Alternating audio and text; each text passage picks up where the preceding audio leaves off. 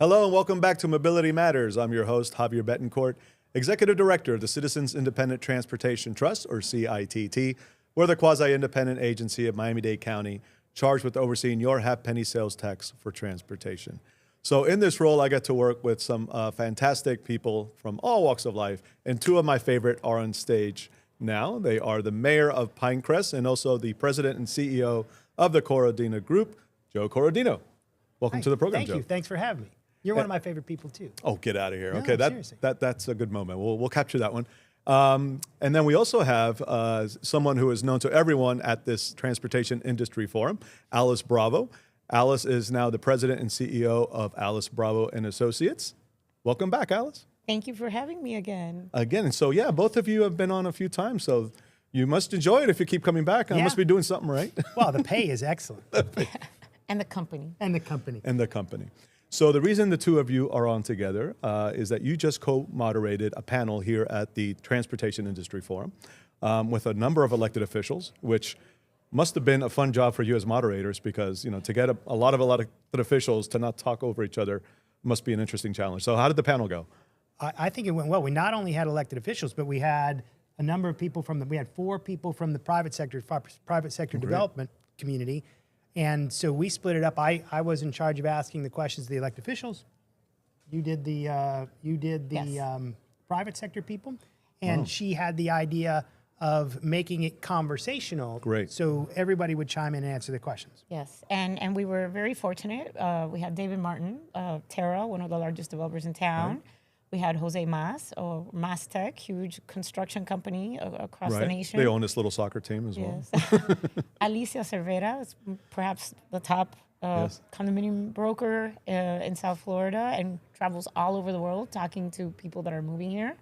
And then we had Eduardo Lara that works for Sasir, which is an international P3 company, and they help finance billion-dollar projects all over the United States, all over the world. You know, so we brought this group together of private sector leaders to talk about, is transportation important here? Yes. The feedback they get from the people that live here, that are moving here, and we also brainstormed ideas on how to help deliver these transit projects we need. That's great, and I love the idea behind the industry forum because it is bringing together all the different sectors. At the end of the day, it's not just the public sector engaged in transportation. Obviously, we're a big part of that, but we really need our private sector partners, to build the projects, in your case, plan them, engineer them, build them, in some cases, operate them. You know, Brightline, for instance, is an operator. And then we have our nonprofit sector partners as well, the key institutions. But public sector obviously is kind of at the center of a lot of our transportation projects, programs, and services. You got to speak to a number of elected officials on the panel. Who were some of those? Oh, we had the chairman of the TPO, the vice chairman of the TPO, Commissioner McGee, and Commissioner Cohen-Higgins. So we had a great group of people that are at the epicenter of making those decisions. And the vice chair of the TPO, who's also the mayor of West Miami. And a former CITT board member, I'd like to say. You know, so apparently we're a launching pad for elected office. We've had a couple. So what are some of the key highlights from the panel? What did they talk about? No, I think we talked about how Miami has grown, and we've also talked about how we've grown in the statistic we don't like. We are one of the most congested cities now in the world. Yeah. And so we talked about how... The victim of our own success. Yes, yes. And that as people are talking about moving here, they're actually asking questions about transportation above all else, above education. And we're being compared to like, well, traffic's not as bad as Moscow or Mexico City. And if you've been to Mexico, you know that's the worst. So we don't want to be on that list. And we talked about how 30% of condo units under construction in South Florida right now are being built around transit. Right. And over the years, I've heard a lot of people say, oh, nobody uses transit. And I told a story from when I was transit director. The hotels in Miami Beach could not reopen after a hurricane until we resumed transit service because all the workers come by transit. So this is essential for our workforce. It's essential for our economy. And I think the elected officials really enjoyed hearing the direct feedback from the private sector. And I think this was almost like a call to action. We've spent decades pursuing federal funding and it's a circuitous process. You have to have the ridership and the density and the this, and so a lot of the conversation focused on maybe we need to take the funding matters into our own hands and just do it because we got to do it. We got to do it. And Alice, you and I both serve on the Greater Miami Chamber of Commerce, and we know that transportation is like the #1 issue from the Chamber's perspective. At the end of the day, if we can't move people, goods, and services, the economy is going to crash, right? Now, we are accomplishing a number of things that we set out to do. One of them is in your own backyard or front yard, depending on how you look at it, and that is the South Corridor of the SMART program, which, of course, Alice was intimately involved in creating. And they just launched the Metro Express service along that corridor a few days ago. Tell us about that. Well, they just launched it a couple of days ago. It's been, decades in the making, and very controversial within our community down south. We've argued over that for years. A lot of the community, a lot of the elected officials may not be happy that it's a bus rapid transit system, but technically speaking and practically speaking, it was the wisest choice we could have ever made. Metro Rail was impractical. It was decades away, but just didn't simply have the ridership to be implemented. And so this was a way to get the community something first and fast, and we can grow into the next generation's project. So I think it's going to be a net positive for the community. And the fact of the matter is that if we don't have ridership to support a system, then you can't build it, right? It costs a lot of money to build this, and the federal government's not going to give you money for something that's over capacity. Now, as many of the elected officials had said on the panel, hey, if you want to do it with your own money, then you don't have to follow the federal government permitting system. So get where's our $1 billion? We have $1 billion. I think somebody must have had $1 billion up there. It's somewhere. In the couch. It must be in the couch cushions. We could have built it ourselves without federal permitting, but we didn't have that. So this was the smartest step we could have taken. And I want to make a point.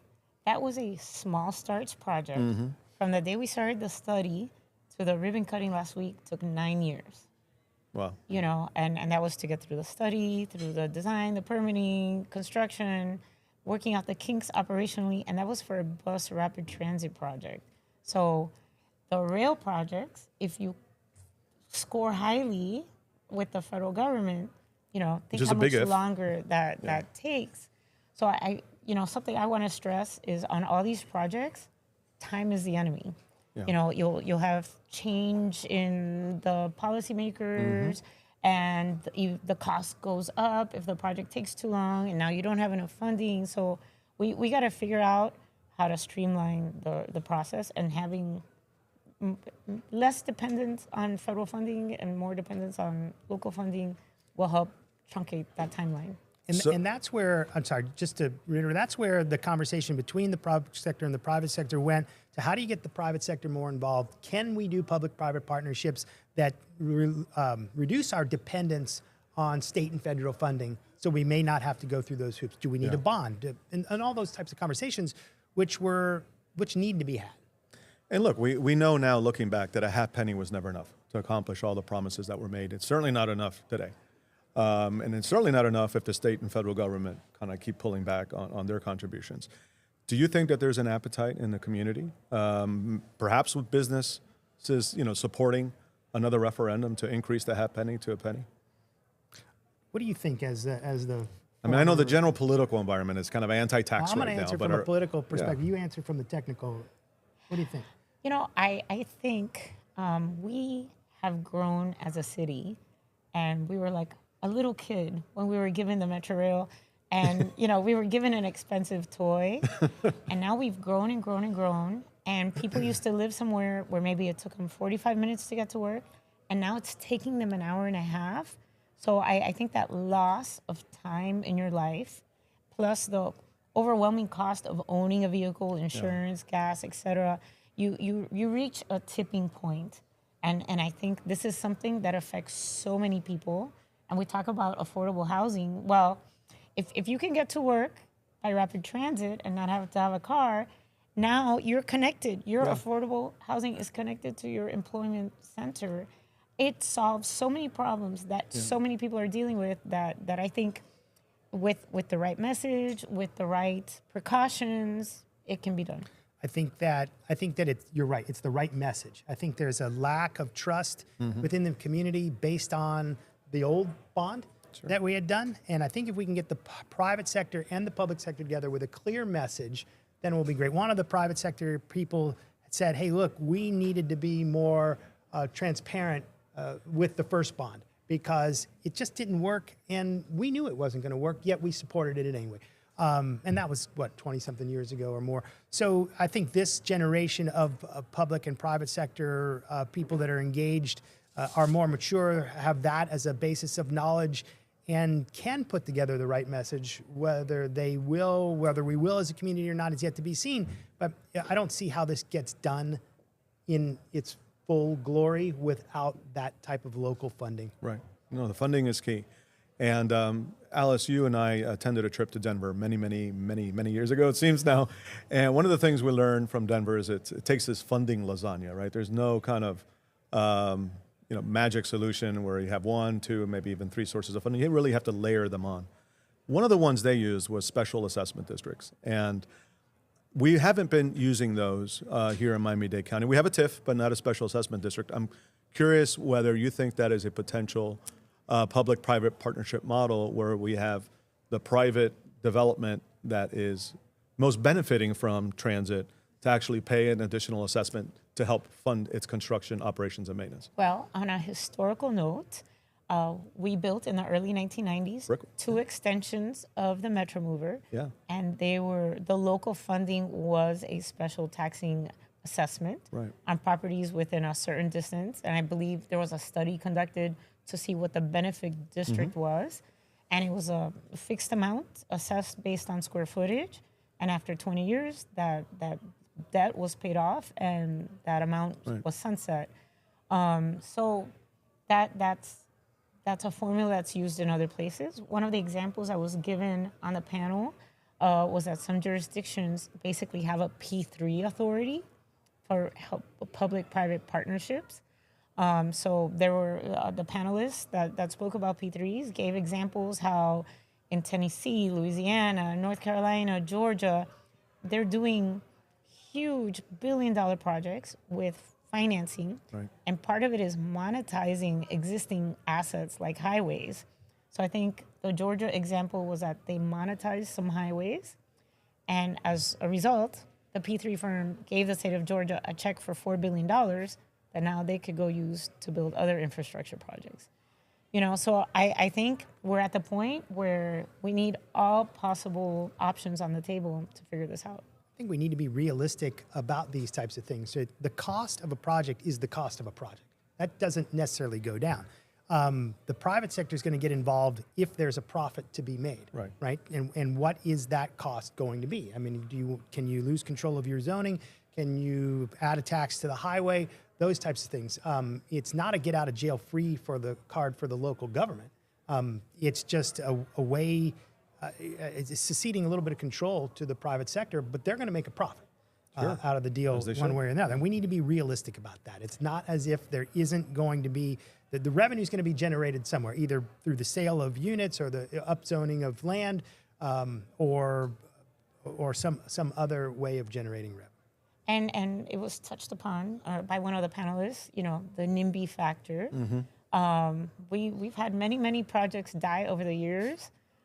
Because there's a small vocal group against it because they're focused on their neighborhood. Sure. And at some point, we got to focus on the greater good or the neighborhoods are going to choke on traffic. And it's difficult, right? Because if you're in one of those neighborhoods, and let's say, for instance, it's a low-density suburban neighborhood like Pinecrest, you want to protect your neighborhood. And yet, if everyone had that mindset, we would never build anything. It's like no one wants a school in their backyard, and yet we need to have schools. We don't want to go to school. We don't want electric poles, but we want electricity. I have a thought on that, and as a local mayor, this will not impress my constituents very much, but I believe it's absolutely true.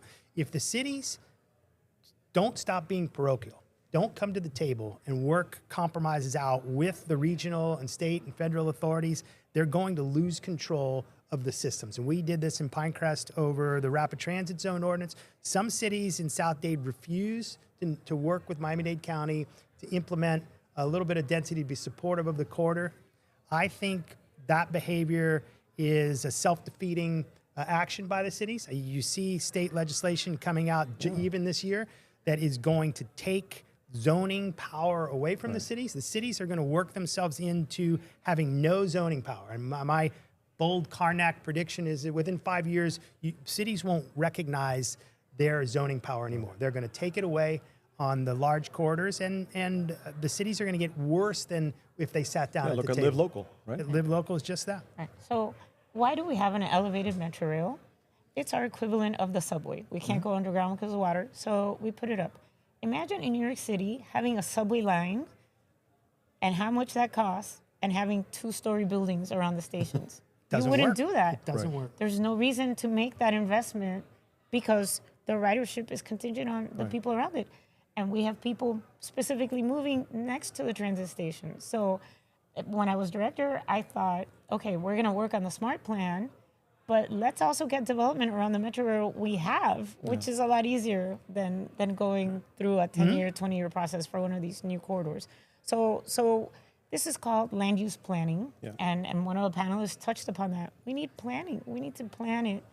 If you fail to plan, you plan to fail. That's correct. And if we grow, and hope it goes away, it's not going to go away. And if you look in downtown Miami, projects I'm involved with, there's a 2-story apartment building with 8 units being replaced by a 40-story tower. Right. If all those people come with a car, we're already in big trouble. They can't come with a car because they can't. And it's no longer practical, right? And so I'm glad you touched on that, because Alice, I have to give you a lot of credit, because we see a lot of TODs coming online that really started under your tenure. And why it took 40 years since Metro Rail was built to finally get around the stations is a whole conversation for another day. It has to do also with people. It was just cheaper to build out west, and now because of the UDB, they're forced to do infill development. But they're coming online. You have a mix of market rate, affordable housing, plus other services. Do you foresee that happening on the South Corridor? I mean, I think to some extent it already is, right? I think it is. And just the announcement of one of these transit projects spurs development. Sure. And that's happening right now along the Northeast Corridor in anticipation of that commuter rail, in anticipation that this is something people want to have. Developers have already, bought the land, made their plans, and that connectivity of the rail is what sells a project. In other places, like say Japan, developers actually plan the transit project. They assemble land and they approach the government and work with the government. So I think, and going on that thought, it's the public-private partnership, whether there's financing involved or not. The private sector a lot of times is viewed as the bad guy, but the private sector is us. It's our economy, it's our jobs, it's how people make a living. So we got to work together. There's an interesting example that we have directly from Pinecrest. This was the Rapids Transit Zone, and there was a lot of NIMBYism going on in the community. Well, what the mistake that was made there from the opposition side was they actually got a petition together to take us to a referendum about changing our zoning. And when the public voted, the public supported the Pinecrest position of being able to change the zoning to support these things with 67% of the vote. So all is not lost. There's a loud vocal minority about this stuff, but in general, the Pinecrest example is that the public is highly supportive of this type of thing if it's done moderately in context with the neighborhood. And I think that the local elected officials need to use that example and have courage to be able to make those decisions and not be scared by a vocal minority, because it's only going to hurt us in the long run. Look, Miami's changed dramatically over the past decade, and I think people still have that mindset that, we're dealing with the same population that we did 10, 20 years. We have an influx of people from other urban areas. We have a young population that is open to all of these things, doesn't want to drive, right? And so now is the time, but we have to have courageous leaders, to lead. And we have one here, so thank you for that. Alice, any day now, I'm sure you'll be running for office, or we'll have another one join you, hopefully. But yes, it's the one in my house. and then to your point, you're not going to let us know right now. We'll break some news here on the this podcast. would be great. For groundbreaking news on sector. Mobility Matters. So yes, the leaders have to have the courage to lead, but then also the private sector needs to support them, right, and not abandon them, when their election comes up. So I was happy to hear that the panel went well, that you had a lot of private sector engagement in this issue. Any parting thoughts before we end the show? What I took from today was that we should be more optimistic than ever before about our position. I think that we have elected officials that understand the complexity of the projects. We've got the private sector that's willing to be engaged.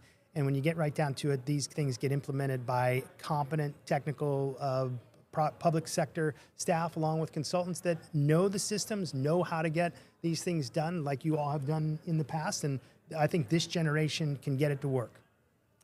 I think we need to be focused, deliberate, and we have to be practical. And they talked about it there. You could build a system, and if you don't take care of the first mile, last mile, nobody's going to use it. So we need to be comprehensive in what we do, and we have to do it, or there's going to be negative consequences for our future. We don't have a choice. We don't have a choice. No choice. Well, listen, I want to thank both of you for being on the program yet again. I appreciate it. I'll keep having you on as often as you like to be on. You do great work. And thank you for what you do. Seriously, you're leaving a legacy of a better Miami, a more connected Miami, both as mayor and as a professional in your case, and all the great work that you've done and continue to do, Alice. So thank you. Thank you. Good job. You're doing very well. Thank you all for joining us here on Mobility Matters. That's all we have time for on this segment, but we invite you to continue joining us here at the Transportation Industry Forum or on future podcasts. To learn more about the CITT, to view some of our former podcasts, or potentially if you're interested in becoming a member of the CITT board, please visit our website, miamidade.gov/CITT for more information. Until then, keep moving, Miami.